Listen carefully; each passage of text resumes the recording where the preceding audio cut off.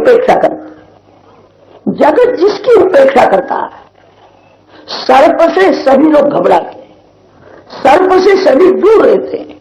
शिव जी का श्रृंगार सर्प से होता, नागेंद्र कुंडल, नागेंद्र हार, नागेंद्र यज्ञोपवीत, शिव स्वरूप दिव्य है। श्री कृष्ण ही शिव जी का धन है। श्री कृष्ण को ही शिव जी हृदय में धारण करते हैं, श्री कृष्ण के साथ ही प्रेम करते हैं। ज्यादा तो क्या कहे, पार्वती जी से भी शंकर भगवान दूर बैठते, लक्ष्मी नारायण साथ में विराजते, सीताराम जी साथ में विराजते। शिव जी के मंदिर में दर्शन करो तो एक बाजू में पार्वती माता है, एक बाजू में शंकर भगवान है। शंकर पार्वती दोनों साथ में बैठे हैं, ऐसा दर्शन जल्दी नहीं होता। तो देवों ने बहुत आग्रह किया। शंकर भगवान लग्न करने के लिए गए थे, लग्न करने के लिए गए, उससे प्रथम काम को जला दिया, काम को भस्म करने के बाद लग्न करने के लिए पार्वती जी के साथ लग्न हुआ है। और लग्न करने के बाद पार्वती माता को राम कथा, कृष्ण कथा शिव जी ने सुनाई और शंकर भगवान ने पार्वती माता को कहा, एक बाजू में बैठ करके तू राम राम कर, मैं राम राम करता हूं। शंकर पार्वती दोनों साथ में बैठे हैं, ऐसा दर्शन जल्दी नहीं होता है। शिव प्रकृति से भी दूर रहते हैं, शिव सबका त्याग कर देते हैं। श्री राम ही शिव जी का धन है, भगवान को हृदय में धारण करते हैं। व्यास जी को भगवान शंकर का स्मरण हुआ। व्यास जी के मन में ऐसी इच्छा हुई, भागवत की कथा तो शंकर भगवान ही कर सकते। जो जगत के तुच्छ पदार्थ के साथ प्रेम करता है, जो जड़ वस्तु के साथ प्रेम करता है, वो भागवत की कथा क्या करेगा। जो चेतन परमात्मा नारायण के साथ प्रेम करता, यह कथा वही कर सकता है। जवानी में कभी व्यास जी के मन में ऐसी इच्छा नहीं हुई कि पुत्र हो गए। व्यास पत्नी का नाम ग्रंथों में आता है अरणी देवी, कहीं कहीं वाटिका देवी ऐसा नाम आता है। जवानी में कभी इच्छा ही नहीं हुई कि मैं यहां पुत्र हो गए। वृद्धावस्था में भागवत की रचना करने के बाद व्यास जी के मन में संकल्प हुआ, भगवान शंकर मेरे पुत्र होवे, भगवान शंकर भागवत की कथा करेंगे, अनेक जीवों का कल्याण होगा। वृद्धावस्था में व्यास महर्षि पत्नी के साथ पंचाक्षर शिव मंत्र का जप करते। शिव जी मेरे पुत्र हो गए, ऐसी इच्छा हुई है। शिव जी का ध्यान, शिव जी के पंचाक्षर मंत्र का जप करते हुए तन्मय हो गए। शंकर भगवान समझ गए व्यास नारायण मेरे को याद करते हैं। व्यास जी के आश्रम में भगवान शंकर प्रकट हुए। व्यास जी ने पूजा की है। शिव जी ने कहा मेरे को क्यों याद करते हो, क्या इच्छा। व्यास जी ने कहा मेरी भागवत की कथा करने के लिए आप मेरे यहां पुत्र रूप से प्रकट हो।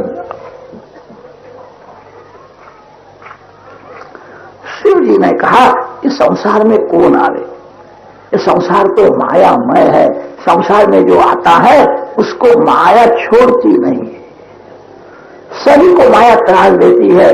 कोलसे की खान में जो जाता है उसके कपड़े बिगड़ जाते हैं। कोई अपने को बड़ा सहरा मानता हो, बुद्धिमान मानता हो, मेरे कपड़े नहीं बिगड़ेंगे, अशक्य है। जो कोलसे की खान में जाता, संसार मायामय है। माया में संसार में जो आता है उसकी इच्छा होवे न होवे माया मारती है। माया किसी को नहीं छोड़ती है। संसार में कौन आए, शंकर भगवान के बहुत अवतार नहीं होते हैं। जगत में जब गड़बड़ होती है, अशांति होती है, तो विष्णु भगवान अवतार धारण करते हैं। विष्णु भगवान जगत का रक्षण करते हैं। विष्णु भगवान के अनेक अवतार होते हैं, शिव जी महाराज के अनेक अवतार नहीं होते हैं। भगवान का ध्यान छोड़ करके संसार में कौन आवे। शिव जी ने कहा मेरे को संसार में आने की इच्छा नहीं होती है, संसार मायामय है। व्यास जी ने कहा, महाराज आपके मस्तक में गंगा जी है, आपको माया क्या कर सकती है? कृपा करो। समाधि में आपको जो आनंद मिला है वह आनंद जगत को देने के लिए मेरे यहां पुत्र रूप से प्रकट हो जाओ। मेरे भागवत की कथा करो। अकेला खाना अच्छा नहीं है। समाधि में आपको जो आनंद मिलता है वो दूसरे को भी देना चाहिए। आप स्वयं आनंद स्वरूप हो, आपको माया क्या कर सकती है? भगवान नारायण के चरण में गंगा जी है और भगवान शंकर के मस्तक में गंगा जी है। ज्ञान गंगा को जो स्पर्श करता है, कृपा करो। व्यास जी ने बहुत आग्रह किया, शिव जी को दया आई। व्यास पत्नी अरणी देवी के सामने देखा है, केवल देखने से गर्व रहा। सुखदेव जी महाराज अरणी देवी के पेट में आए। शिव स्वरूप है। बहुत दिन तक मां के पेट में श्री कृष्ण का ध्यान करते थे। सतत श्री कृष्ण का ध्यान करने से सुखदेव जी महाराज का स्वरूप श्री कृष्ण के जैसा श्याम हो गया। आप जिसका ध्यान करते हो, आप जिसका सतत स्मरण करते हो, वैसे ही आप हो जाते हो। मां के पेट में सुखदेव जी महाराज श्याम सुंदर श्री कृष्ण का सतत ध्यान करते थे। सुखदेव जी का श्रीअंग श्री कृष्ण भगवान के जैसा श्याम हो गया। बहुत दिन मां के पेट में रहे। एक बार व्यास जी ने कहा है, बेटा तेरी मां को अब त्रास होता है, बाहर आ जाओ। उसका आशीर्वाद सफल नहीं होता है। आप ही माया में फंसे हुए। मैं मां के पेट में हूं, आप बहुत प्रेम से मेरे को बेटा बेटा कहते हो। जो कभी माया के अधीन हुआ नहीं है वो मेरे को आशीर्वाद देवे तो मैं बाहर आऊं। भगवान नारायण का नाम है माधव राय। चार दिशा में चार माधव राय के स्वरूप है। प्रयागराज में वेणी माधव है। दक्षिण भारत में रामेश्वर भगवान के मंदिर में सेतु माधव है। काशी में बिंदु माधव है और उत्तर भारत में गोविंद माधव है। माधव राय के चार स्वरूप चार दिशा में है। भगवान नारायण का नाम है माधव राय। मां शब्द का अर्थ होता है माया और धव शब्द का अर्थ होता है पति। भगवान माया के पति है। भगवान कभी माया के अधीन नहीं होते।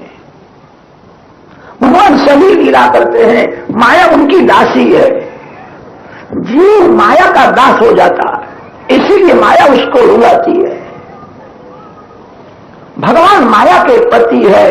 चार दिशा में चार माधव राय जी के स्वरूप है। माधव राय की प्रार्थना व्यास महर्षि ने की है। शिव कृपा से गर्भ रहा है। गर्भ का बालक, पेट का बालक ऐसा ज्ञानी है, मेरे को कहता है आप माया में फंसे हुए हो, आपके आशीर्वाद में मेरा विश्वास नहीं है। जो कभी माया के अधीन हुआ न हो वो मेरे को आशीर्वाद देवे। भगवान नारायण व्यास महर्षि के आश्रम में प्रकट हुए हैं। भगवान ने सुखदेव जी को कहा है, बेटा बाहर आओ,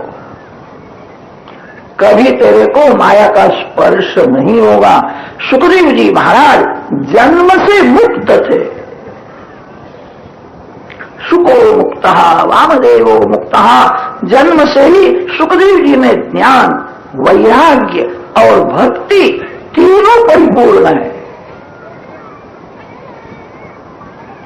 सुखदेव जी महाराज संसार में आए, कभी उनको माया का स्पर्श हुआ ही नहीं। जन्म से ही मुक्त थे। वही दूसरे को मुक्ति दे सकता है। पवित्र समय में सुखदेव जी महाराज का प्रागट्य हुआ। 16 वर्ष की अवस्था में ज्ञान, वैराग्य और भक्ति तीनों परिपूर्ण है। घर का त्याग किया। जगत ही मेरा घर है, मेरे अंदर जो नारायण है वही सभी में है। ज्ञानी पुरुष सभी में एक ही आत्मा को देखते हैं। ज्ञानी पुरुष आत्मस्वरूप में सभी का अनुभव करते हैं। जगत ही मेरा घर है। अनेक जीवों का कल्याण करने के लिए सुखदेव जी महाराज घर छोड़ करके जाते हैं। यम प्रव्रजन्तमनुपेतमपेत कृत्यम द्वैपायनो विरह कातर आजुहाव पुत्रेति तन्मयतया तरवोऽभिनेदुः तम सर्वभूतहृदयं मुनिमानतोऽस्मि। सुखदेव जी महाराज जाते हैं तब मां को दुख हुआ है। मेरा पुत्र बहुत लायक है, उसको देखने से मन शुद्ध हो जाता है। मेरा पुत्र ऐसा लायक है, उसको देखने से, याद करने से वासना का विनाश हो जाता है। बहुत लायक है, भले लग्न न करे, घर में रहे, मेरे आंख से दूर न जाए। मैं रोने लगी है। सुखदेव जी घर छोड़ करके जाते हैं। अनेक जीवों का कल्याण करने के लिए उन्होंने घर छोड़ा है। व्यास जी पत्नी को समझाते हैं, क्यों रोती है कि मेरा सुख मेरे को छोड़ करके जा रहे हैं, मेरे को बहुत प्यारा लगता है। व्यास जी समझाते हैं, जो अति से प्रिय है वही भगवान को अर्पण करना चाहिए। आपको जो अति से प्रिय है वो भगवान को अर्पण कर दो, आप प्रभु के प्यारे हो जाओगे। मानव का ऐसा स्वभाव है, उसको जो अच्छा लगता है वो अपने लिए अलग रखता है, उसको जो अच्छा नहीं लगता है वो मंदिर में जाकर के भगवान को अर्पण कर देता है। ये भक्ति है। अच्छा दूसरे को दो, जो आपको अति से प्रिय है वही परमात्मा को अर्पण करो, आप प्रभु के प्यारे हो जाओ। सुख तेरे को बहुत प्यारा लगता है, अब तेरा नहीं है, जगत का है, भगवान का है। उसके हाथ से अनेक जीवों का कल्याण होने वाला है। व्यास जी पत्नी को समझाते तो है, सुखदेव जी का वियोग सहन हुआ नहीं। मेरा पुत्र बहुत लायक, मेरे से भी श्रेष्ठ है, मेरे को छोड़ करके जा रहे नहीं। व्यास जी सुखदेव जी के पीछे पीछे दौड़ने, हे पुत्र, हे पुत्र, बेटा तेरी मां रोती है। सुखदेव जी ने वृक्षों के द्वारा उपदेश दिया है, तरवः अभिनय रुहु सर्वांतर्यामी नारायण में लीन हो गए। वृक्षों में से ध्वनि निकलता है, हे पुत्र, हे पुत्र।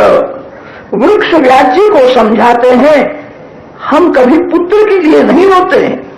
जो पत्थर मारता है उसको हम अपना पुत्र दे देते।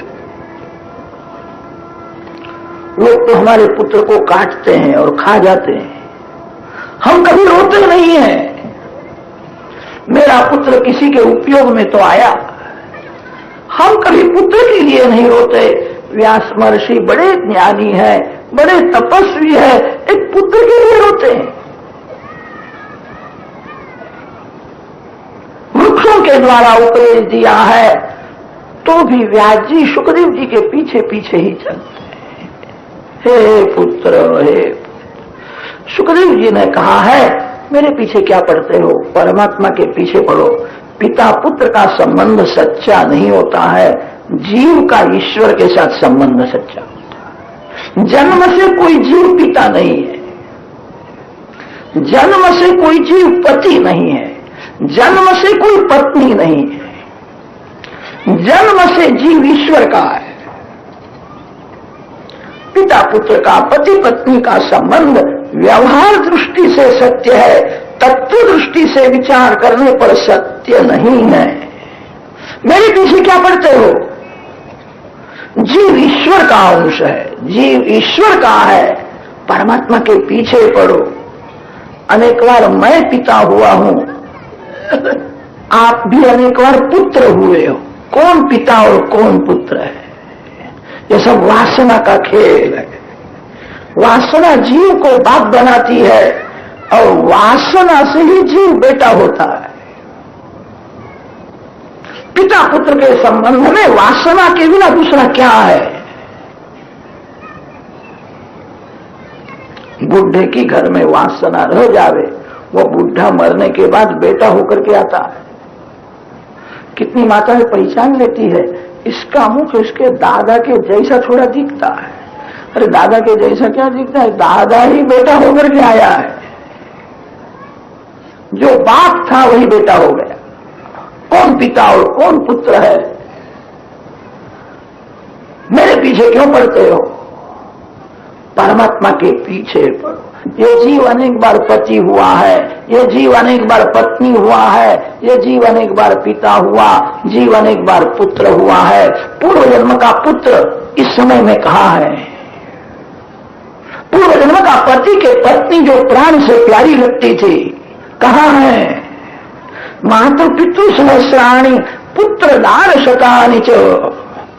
यह अनेक जीव अनेक बार पिता हुआ, अनेक बार पति हुआ, अनेक बार पत्नी हुआ, उसको शांति नहीं मिली है। मेरे पीछे क्या पड़ते हो? परमात्मा के पीछे पड़ो। जीव का ईश्वर के साथ ही संबंध सच्चा है। पुत्रेति तन्मयतया तरवोभिनेदुः तम सर्वभूतहृदयम्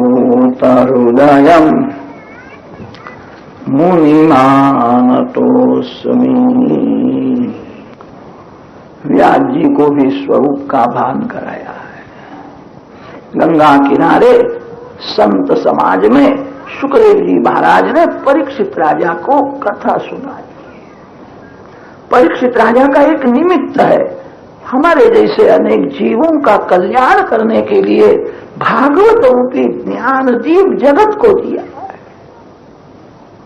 परीक्षित का तो एक निमित्त है, अर्जुन का एक निमित्त किया, और भगवान श्री कृष्ण ने जगत के अनेक जीवों के लिए गीता जी का उपदेश किया है। अर्जुन के रथ में भगवान विराजमान है। अर्जुन के रथ में विराजमान भगवान होने से अर्जुन को मोह नहीं हो सकता है। जहां सूर्य नारायण है वहां अंधेरा नहीं आ सकता।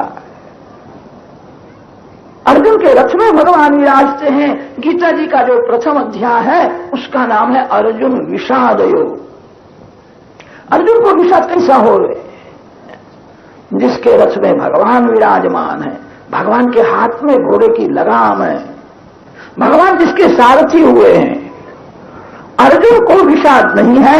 अर्जुनम निमित्तीकृत्य, भगवान वासुदेव अर्जुन का एक निमित्त है। परीक्षित राजा का एक निमित्त किया है।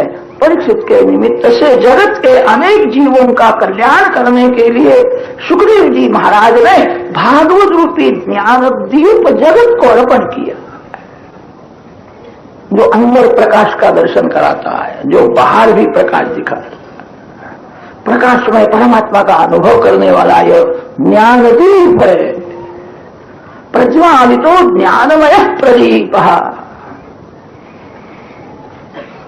सुखदेव जी महाराज गंगा किनारे कथा करते हैं। उस कथा में व्यास महर्षि भी बैठे थे। व्यास जी को सुखदेव जी महाराज की कथा सुनने में बहुत आनंद आया है। कैसा बोलता है? मेरा पुत्र है, मेरे को ऐसा लगता है मेरे से श्रेष्ठ है। उसका ज्ञान वैराग्य, उसकी प्रेम रक्षणा भक्ति अलौकिक है। व्यास जी को भी स्वरूप का भान कराया। सो श्री शुकदेव जी महाराज की कथा के आरंभ में शुकदेव जी महाराज को वंदन किया।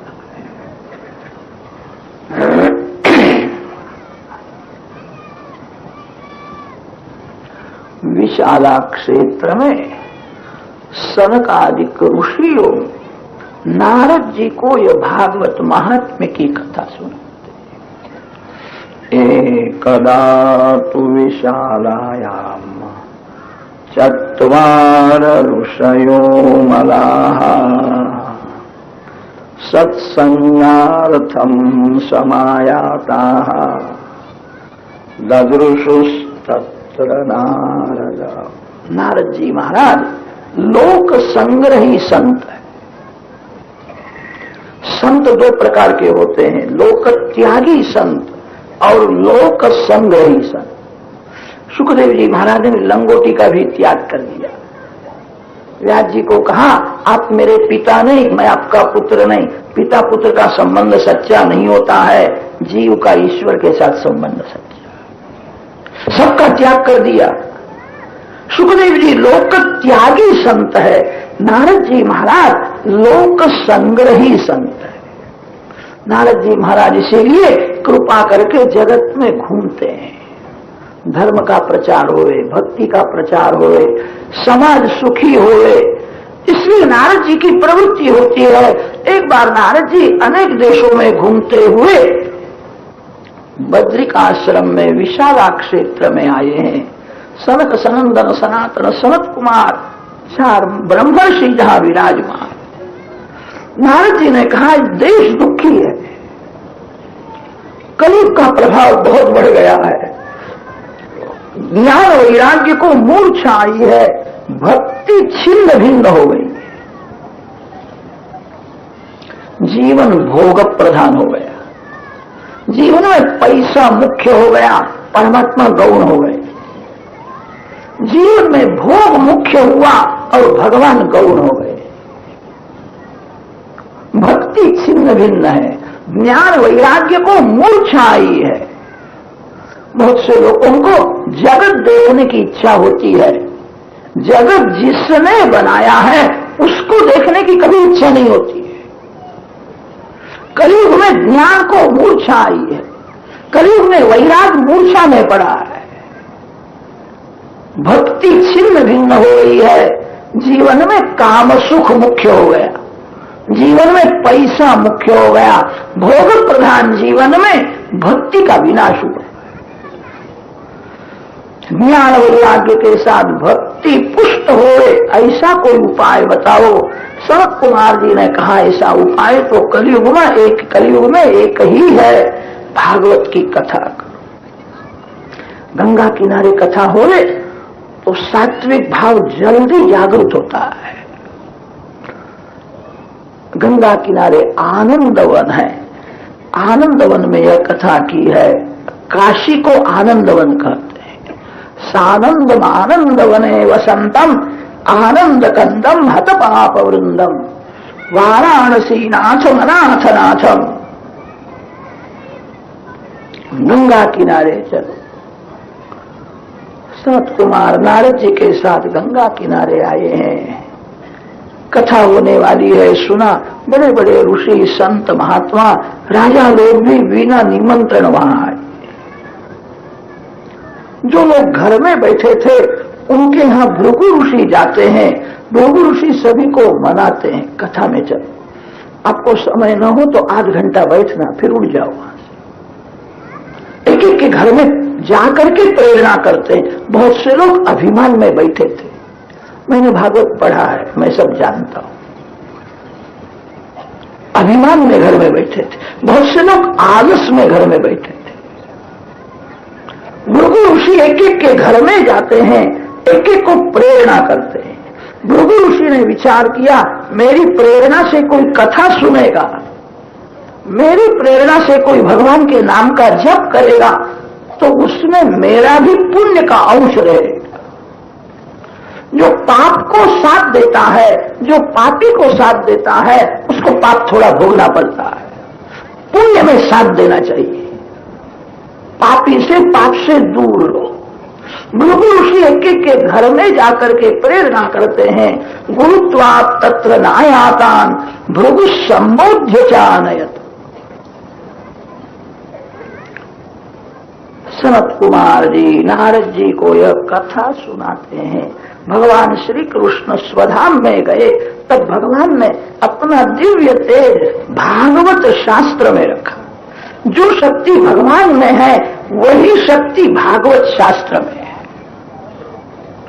कहीं कहीं संत वाणी में ऐसा आता है, भगवान से भी भागवत श्रेष्ठ है। दुर्योधन को श्री कृष्ण भगवान का दर्शन हुआ था तो भी दुर्योधन की बुद्धि नहीं सुधरी है। रावण को रामचंद्र जी का दर्शन हुआ। राम दर्शन करने के बाद रावण युद्ध करता है। युद्ध तो यही था, रावण की बुद्धि सुधर जावे, रावण शरण में आवे।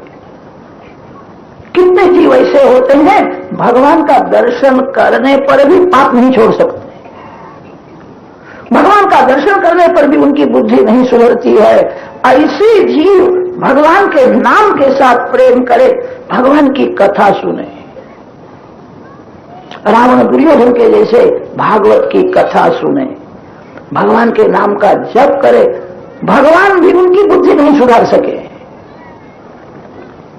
जो भगवान से काम नहीं होता वो काम भगवान के नाम से होता। रावण राम नाम का जप करे तो उसकी बुद्धि सुधरे, दुर्योधन जैसा जीव भागवत की कथा सुने तो उसकी बुद्धि सुधरे। भागवत में भगवान ने अपनी शक्ति रखी है। कैसा भी महापापी जीव हो गए, इस कथा में पाप का नाश करने की शक्ति है। सर्वे निष्पापत्मा भवन्ति, एक दृष्टांत दिया है। तुंगभद्रा नदी के किनारे आत्मदेव नाम का ब्राह्मण रहता था। घर में संपत्ति बहुत थी, संतति न होने से वह दुखी था। संतति के लिए उसने बहुत प्रयत्न किया, सफलता नहीं मिली। एक बार मरने को तैयार हो, मेरे यहां पुत्र नहीं है, आत्महत्या करने के लिए जाता है। थोड़ा विचार करे तो ध्यान में आएगा, हम सभी जीव आत्मदेव के जैसे ही है। जीवात्मा तुंगभद्रा नदी के किनारे रहता है। भद्र शब्द का अर्थ होता है कल्याण, कल्याण करने वाली नदी मानव काया है।